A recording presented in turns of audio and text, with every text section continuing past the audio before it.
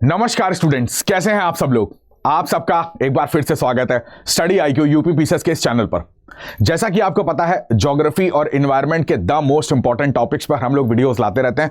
तो उसी श्रृंखला में आज हमारा वीडियोस रहेगा बायोफ्लॉक टेक्नोलॉजी के ऊपर। उसके पहले आपके लिए सबसे इंपॉर्टेंट सूचना, जैसा कि आपको पता है यूपी पीसीएस स्टडी आईक्यू का बैच नंबर 10 लॉन्च हो चुका है। इसमें आपको उत्तर प्रदेश, बिहार, उड़ीसा, पंजाब, असम, वेस्ट बंगाल, जम्मू कश्मीर, मध्य प्रदेश, हरियाणा, आप किसी भी राज्य के स्टूडेंट हैं, आप अगर चाहते हैं कि फर्स्ट अटेम्प्ट में आपका फाइनल सिलेक्शन हो तो इस बैच को जरूर ज्वाइन करिएगा। एडमिशन क्लोजिंग की लास्ट डेट ध्यान रखिएगा 30 नवंबर है। अगर आप SIDDLIVE सिड लाइव कोड का इस्तेमाल करेंगे तो आपको यहां पर मैक्सिमम डिस्काउंट भी मिल जाएगा फीस में। Proper strategy, guidance, mentorship, answer writing, prelims plus mains plus interview, आपकी जो एक होलिस्टिक तैयारी होती है वो सारी तैयारी इस बैच में आपकी कराई जाएगी। तो इसको अपना खुद से निर्णय लीजिए, आप देखिए वेबसाइट पे जाके क्या क्या इसके फीचर्स हैं और फिर उसके बाद अपना जो भी डिसीजन है वो लीजिए।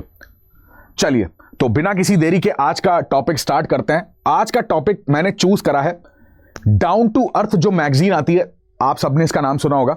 तो इस मैगजीन में कल एक आर्टिकल आया था जिस आर्टिकल में यहां पर जो एक्वाकल्चर होता है ना, जो हमारी एग्रीकल्चर है, आपको पता है ज्योग्राफी में एग्रीकल्चर हम लोग पढ़ते हैं, हमारे लिए बहुत इंपॉर्टेंट होता है। एग्रीकल्चर के पॉइंट ऑफ व्यू में जो टेक्नोलॉजीज आती हैं, इमर्जिंग टेक्नोलॉजी या जो बहुत ज्यादा इसको बोलते हैं ना रिवॉल्यूशनरी टेक्नोलॉजी होती है, जो एक क्रांतिक परिवर्तन होता है, ऐसी टेक्नोलॉजी के ऊपर प्रश्न बनने के चांसेस बहुत होते हैं।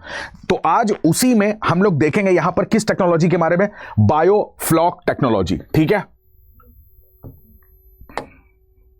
यहां पर जैसा कि आप देख पा रहे हैं adoption of biofloc technology BFT। तो डाउन टू अर्थ का आर्टिकल था, इस वजह से मैंने सोचा कि यह टेक्नोलॉजी आपको पता होनी चाहिए।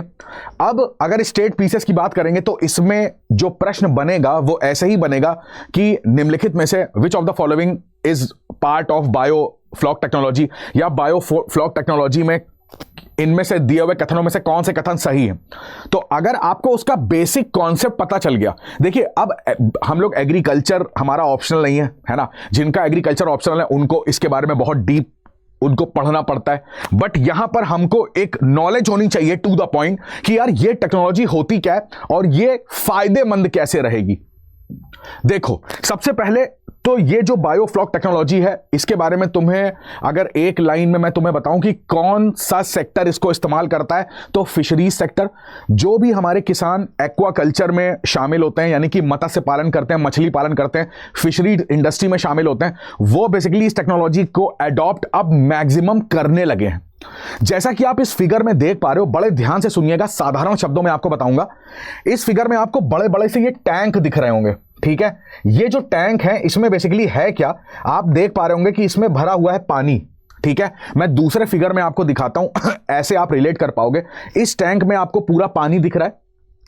अगर हमें जिसको बोलते हैं ना कि मैन मेड तरीके से मछली को पालना होता है, तो हम ऐसे बड़े बड़े टैंक बनाते हैं, उसके अंदर पानी भरते हैं, उसके अंदर मछलियों को रखते हैं और यहां पर मछलियों को हम लोग देते हैं फूड, है ना। यहां पर मछलियों को मिलता है भोजन, मछलियों को दी जाती है ऑक्सीजन, पानी में घुलित जो ऑक्सीजन होती है। एक्वेरियम में आपने देखा होगा छोटे छोटे बुलबुले उठते हैं, जिसके घर में एक्वेरियम होगा उसमें आपने देखा होगा।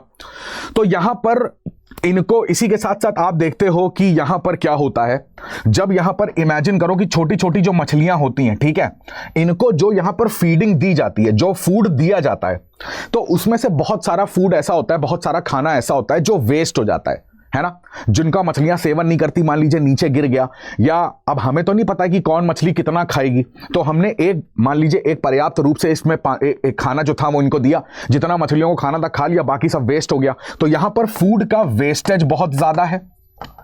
दूसरी प्रॉब्लम क्या है कि ऐसे अगर आप मछली पालन करते हैं तो उसमें फूड का वेस्टेज हो रहा है। दूसरी सबसे बड़ी प्रॉब्लम होती है कि अब मछली जो खा रही है तो उसका जो वेस्टेज है, यानी कि मलमूत्र जो है, ठीक है ना, जो एक्सक्रीटा है फिश का, तो वो भी इसी पॉन्ड में है। तो ध्यान से समझिएगा इसको कि अगर रेसिड्यू मैटर की बात करें, अर्थात मलमूत्र की बात करें, तो वो भी यहां पर है, जो फूड का वेस्टेज है वो भी यहां पर है। तो इससे होता क्या है, अब सोच के देखो, इस पूरे पानी में अगर मलमूत्र पड़ा हुआ है, बचा हुआ खाना पड़ा हुआ है जो धीरे धीरे सड़ रहा है, तो ये पूरे पानी को हमें बदलने की आवश्यकता होगी टाइम टू टाइम, तो हमें यहां पर क्या करना पड़ेगा, पानी को बदलना पड़ेगा, है ना, बार बार। इससे होता क्या है कि अगर गंदा पानी अगर आपने जल्दी नहीं बदला तो हो सकता है मछलियों में रोग फैल जाए। कई बार एक्स्ट्रा हमें क्या करना पड़ता है, यहां पर जो पानी को शुद्ध करने के लिए जो केमिकल्स है, रसायन है, उसका उपयोग करना पड़ता है, तो खर्चा बढ़ रहा है। ध्यान से सब सुनते रहिएगा। एक तो आपको यहां पर कॉस्ट आती है पानी को शुद्ध करने के लिए, दूसरा यहां पर डिजीज हो सकती है, मछलियों को रोग हो सकता है, तो वो हमारे पूरे उद्योग के लिए अच्छा नहीं है। तो कहने का मतलब है कि इसमें हमारा पैसा बहुत खर्च हो रहा है। तो अब किसानों का जो पैसा है, इसको बचाने के लिए यहां पर बायोफ्लॉक टेक्नोलॉजी का इस्तेमाल करते हैं। कैसे? यहां पर आप ध्यान दोगे, जब इनको खाना दिया जाता है मछलियों को, तो वो खाना भी वेस्ट हो रहा है, तो उसमें भी यहां पे कॉस्ट हमारी ज्यादा लग रही है। यहां पर जो ये मल मूत्र का त्याग होता है, इसमें एक बहुत इंपॉर्टेंट गैस होती है, वो रिलीज होती है इस पूरे पॉन्ड में, और उसका नाम क्या है, उसको बोलते हैं अमोनिया। ठीक है ना? तो ये अमोनिया हमारे लिए अच्छी नहीं है, इस पूरे एक्वाटिक सिस्टम के लिए, इस इकोसिस्टम के लिए अच्छी नहीं है। तो हमें इस अमोनिया को भी यहां से हटाना है। तो उसके लिए हमने क्या किया, ध्यान से सुनिएगा। एक टेक्नोलॉजी का इस्तेमाल किया गया जिसको बोलते हैं बायोफ्लॉक। अब यहां पर हम लोग क्या करते हैं, कई सारे बैक्टीरिया का इस्तेमाल करते हैं। बड़े ध्यान से सुनिएगा। कई सारे बैक्टीरिया जो होते हैं, जीवाणु जो होते हैं, उसका इस्तेमाल करते हैं। अब हमको पता है ये जो अमोनिया गैस है, आपने पर्यावरण में जब नाइट्रोजन साइकिल पढ़ी होगी, नाइट्रोजन चक्र पढ़ा होगा, तो उसमें आपको पता होगा कि किस तरीके से नाइट्राइट्स में और नाइट्रेट्स में हम लोग कन्वर्ट करते हैं। और ये कन्वर्जन जो होता है, ये प्रकृति में कुछ बैक्टीरिया होते हैं, वही करते हैं। तो यहां पर देखो, अमोनिया गैस को यदि हमें हटाना है, तो सबसे पहले अमोनिया को किसमें कन्वर्ट कर रहा है, नाइट्राइट में, और फिर कहां पर ये कन्वर्ट हो रहा है, नाइट्रेट में। तो यहां पर बहुत सारे बैक्टीरिया, जैसे नाइट्रोसोमोनास, नाइट्रोकॉकस, यहां पर देखोगे नाइट्रोबैक्टर, और फिर इस नाइट्रेट से जो नाइट्रोजन गैस होती है, जो वायुमंडल में मुक्त हो जाती है, यहां पर स्यूडोमोनास, इस टाइप के बैक्टीरिया का इस्तेमाल करते हैं। ठीक है? तो हमें बेसिकली इस अमोनिया गैस को यहां से हटाना है। तो अमोनिया गैस को हटाने के लिए हमने क्या किया, हमने कुछ बैक्टर्स हैं, जो कुछ बैक्टीरिया हैं, यहां पर जरा ध्यान से देखिएगा, बैसिलस, स्यूडोमोनास, नाइट्रोसोमोनास, तो इन बैक्टीरिया को, इन जीवाणुओं का इस्तेमाल करते हैं। ठीक है? जरा डायग्राम में ध्यान से देखिएगा। हमने क्या किया, इसके अंदर ना बहुत सारे बैक्टीरिया ऐसे इंसर्ट करा दिए अपने पानी में। अब ये बैक्टीरिया काम क्या करते हैं पता है, जो यहां पर एक्स्ट्रा फूड बचा होता है ना, जो यहां पर एक्स्ट्रा फूड है, या जो फूड सड़ रहा है, गल रहा है, या फिर यहां पर जो मछलियों का रेजिडुअल मैटर है, यानी कि जो इनका मल मूत्र, जो इनका एक्सक्रेटा है, ये बैक्टीरिया बेसिकली क्या करेंगे, इस एक्सक्रेटा को खत्म करते हैं। तो एक्सक्रेटा खत्म होगा तो अमोनिया खत्म होगा। ठीक है? एक्सक्रेटा को खाएंगे ये बैक्टीरिया, जो है ये बैक्टीरिया एक्सक्रेटा को खत्म कर देंगे। एक्सक्रेटा को खत्म करते समय ये एक पदार्थ का निर्माण करते हैं जिसका नाम होता है फ्लॉक, जिस नाम से इस टेक्नोलॉजी का नाम है। अब ये जो फ्लॉक होता है, एक तो इन्होंने यहां पर जो मलमूत्र था, जो अपशिष्ट पदार्थ था, उसको खत्म करा। खत्म करने के बाद ये जो फ्लॉक था, इसको बनाया। ये फ्लॉक जो होता है, इसके बारे में कहते हैं ये बड़ा प्रोटीन रिच्ड यहां पर एलिमेंट है। ठीक है ना? इसमें प्रोटीन बहुत अच्छी मात्रा में होता है। और ये बना कौन रहा है, वही बैक्टीरिया। तो बैक्टीरिया एक तो रेजिडुअल मैटर को खत्म कर रहा है, अमोनिया गैस को खत्म कर रहा है, दूसरा हमारे लिए एक पदार्थ का निर्माण कर रहा है जिसको हम लोग फ्लॉक बोल रहे हैं, और इसमें प्रोटीन बहुतायक मात्रा में है। अब यही प्रोटीन वापस से जो मछलियां हैं, ये सेवन करती हैं। तो जो हम खाना दे रहे हैं, जो हमारा एक्स्ट्रा फूड वेस्टेज हो रहा है, उसको भी हम बचा रहे हैं। जो हम जल को परिशुद्ध करने के लिए पैसे खर्च कर रहे हैं, उसको भी बचा रहे हैं। मछलियों को रोग नहीं हो रहा है। तो कितनी बड़ी कॉस्ट यहां पर आके हमारी बच जाती है।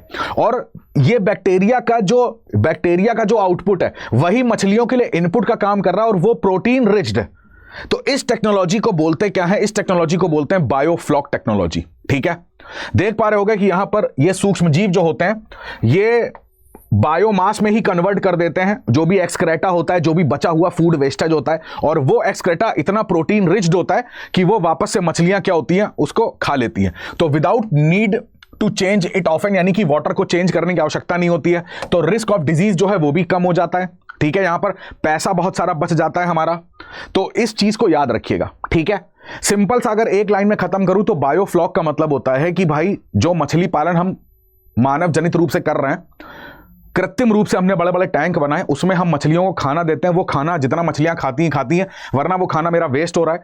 दूसरा, जो उसमें मछलियों का अपशिष्ट पदार्थ है वो भी इकट्ठा होता है, अमोनिया गैस बनती है, वो अंदर के इकोसिस्टम के लिए अच्छा नहीं है। पानी हमारा दूषित हो जाता है, उस पानी को निकालना पड़ता है या फ्रेश करना पड़ता है, उसमें पैसे खर्च होते हैं। प्लस जो हमारा फूड वेस्ट हो गया वो अब किसी काम का नहीं रहा। तो हमने क्या किया, हमने कुछ बैक्टीरियाज को, कुछ जो जीवाणु हैं उनको अंदर भेजा। अब वो जीवाणु क्या कर रहे हैं, वो जीवाणु इस जो अमोनिया गैस है इसको खत्म कर रहे हैं। दूसरी बात, जो उनका मलमूत्र इत्यादि अपशिष्ट पदार्थ है उसको खत्म कर रहे हैं। तो जो हमारा फूड वेस्टेज है उसको खत्म कर रहे हैं, और उसको खत्म करते समय एक पदार्थ बना रहे हैं फ्लॉक। ये फ्लॉक प्रोटीन रिच्ड है, इसको वापस से मछलियां उपभोग कर सकती हैं। प्रोटीन रिच्ड है तो उनकी सेहत के लिए बहुत अच्छा है, ठीक है। तो this technology is called biofloc technology, ठीक है। इसको ध्यान रखिएगा, मोस्ट इंपॉर्टेंट है। सिंपल सा स्टैटिक प्रश्न आएगा स्टेट लेवल पर कि बायोफ्लॉक टेक्नोलॉजी में इनमें से कौन सा टेक्नोलॉजी क्या कहते हैं, क्या समझते हैं, कौन सा कथन सही है। तो आपको पूरी कहानी मैंने बता दी, आराम से आप टिक कर सकते हो, ठीक है। एक बार आपको फिर से बता देता हूं, संकल्प बैच 10 जो है वो स्टार्ट हो रहा है। एडमिशन क्लोजिंग डेट याद रखिएगा 30 नवंबर है। तो इस कोड का इस्तेमाल करेंगे तो मैक्सिमम डिस्काउंट मिल जाएगा। वही चीज है कि यार पहले अटेम्प्ट में ही खत्म करो, क्यों, हमें पंचवर्षीय योजना बनानी है। तो एक प्रॉपर गाइडेंस, प्रॉपर स्ट्रेटजी के साथ पढ़ाई करोगे, समय भी बचेगा, पैसे भी बचेंगे, और आप अपने सपनों को साकार भी कर पाएंगे, ठीक है। तो मैं उम्मीद करता हूं आज का टॉपिक आपको अच्छे समझ में आ गया होगा।